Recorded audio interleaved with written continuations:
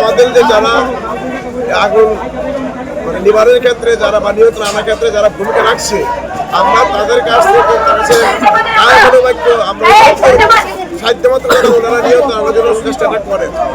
কারণ ওনারা সাহিত্যের বাইরে কিছু করতে পারবেন না। তারপরে আমাদের ওনারা করছেন, কিন্তু তারপরে আমাদের সাহিত্য মতো ওনারা যেন এই ব্যবস্থাটা করেন, যারা ক্ষতিগ্রস্ত হয়েছে তাদের জন্য আমাদের সহানুভূতি দেখা যায় বিকল্প।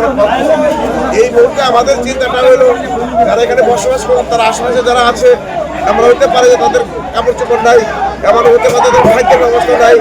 আমি আমার ভাইদেরকে এসেই জিজ্ঞাসা করছি যারা এখানে আশেপাশে কোথাও না কোথাও আছে তাদের খাবারের ব্যবস্থা, তাদের কাপড়ের ব্যবস্থা ব্যাপারে খোঁজ খবর নিচ্ছেন কিনা।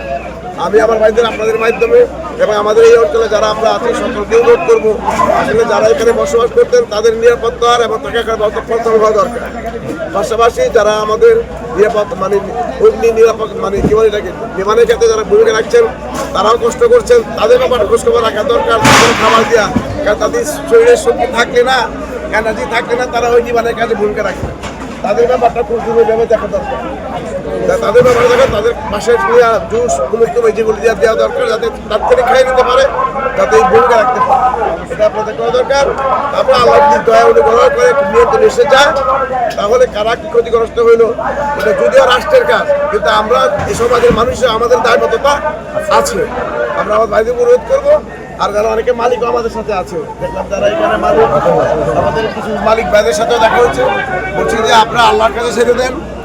আর যারা নিবারণে নিয়ে যেতেছে তাদের জন্য দোয়া করেন, তারা যারা কাজটা সুন্দরভাবে নিবারণে ভূমিকা রাখতে পারে। আর যখন নিয়ন্ত্রণে আসবে তখন আপনাদের সাথে আমরা আলাপ আলোচনা করে কি ক্ষতি হইল এইগুলো আমরা এবং আমাদের দেশ জাতীয়ভাবে এটা সমস্যার সমাধানের জন্য কিভাবে আপনার উপকার করা যায় সেই বিষয়টা আমরা ইচ্ছা